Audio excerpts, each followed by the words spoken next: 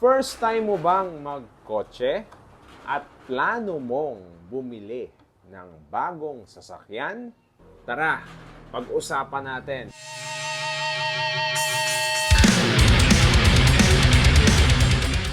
Ang ating content ngayong gabing ito ay patungkol po sa kotse. Ano-ano nga ba ang kailangan mong i-consider at malaman bago ka bumili ng bagong sasakyan? Number 1, parking space.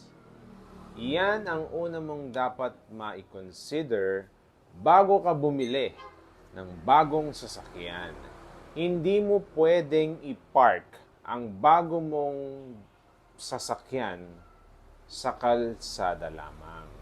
Hindi mo pwedeng i-park ang sasakyang binili mo kung saan-saan lang.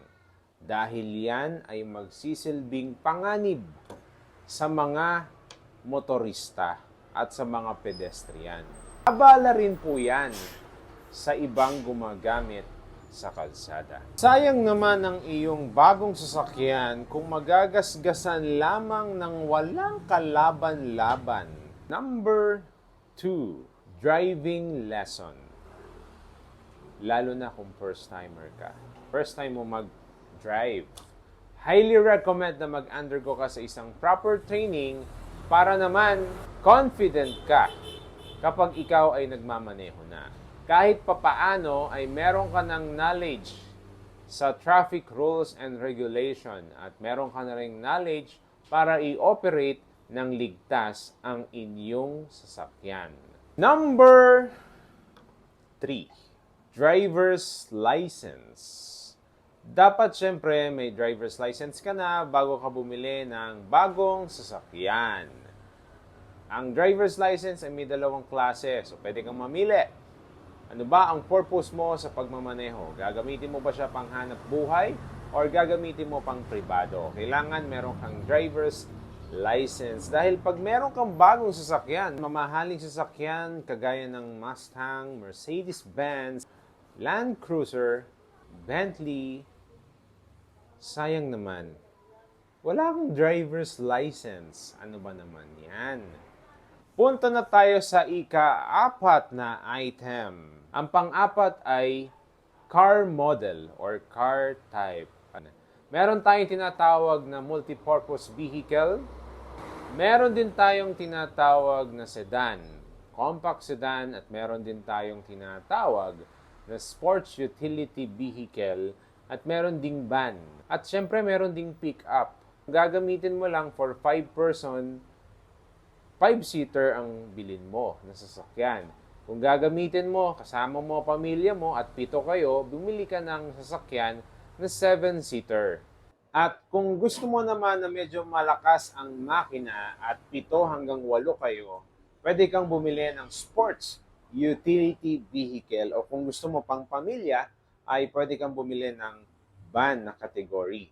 Kung gusto mo naman gamitin pang off-road at sa probinsya, rough road, or mga putik na daan, at meron kang mga ikakargang mga materyales, bagay, pick up ang bilin mo. Meron din tayong tinatawag na hatchback na 5-seater, pero medyo may kaliitan po ang kanyang itsura at medyo may kaliitan din ang kanyang makina. At punta na tayo sa panglimang item. Ang panglima natin ay vehicle transmission. Ano ba yung iyong napupusuan? Manual transmission ba? Or automatic transmission? Kasi kung nandito ka sa Metropolitan Manila, pipiliin mo sigurado ay yung automatic transmission para iwas pagod, di ba? Kung ikaw naman yung tipo ng driver na medyo may challenge ang gusto mo, torque or may hatak ang sasakyan, manual transmission.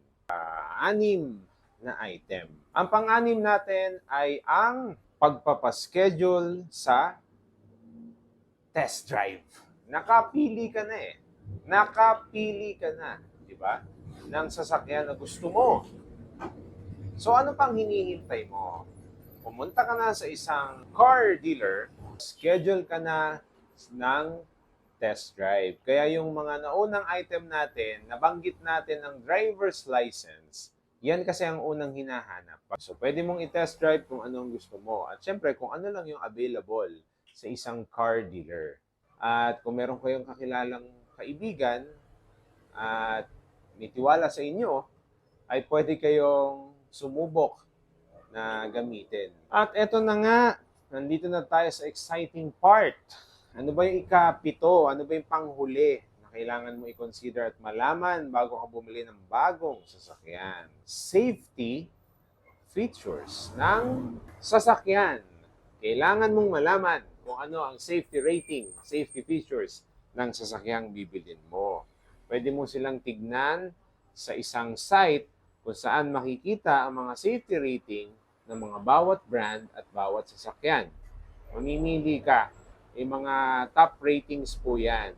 Sa mga sample na safety features, ito po yung ilan.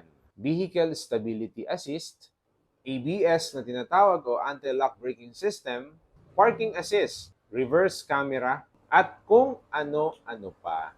So, baka nagtataka kayo at wala yung budget dun sa mga nabanggit natin. Given na po. Inassume ko na meron kang budget sa pagbili ng bagong sasakyan. So, mamimili ka na lang gaano kamahal, gaano kamura ang iyong bibiling sasakyan. Sabi nga nila, mas mahal na sasakyan, mas maganda po ang kalidad. Salamat sa panonood ulit ng walang kakwenta-kwentang content na ito. Matulog na ulit tayo.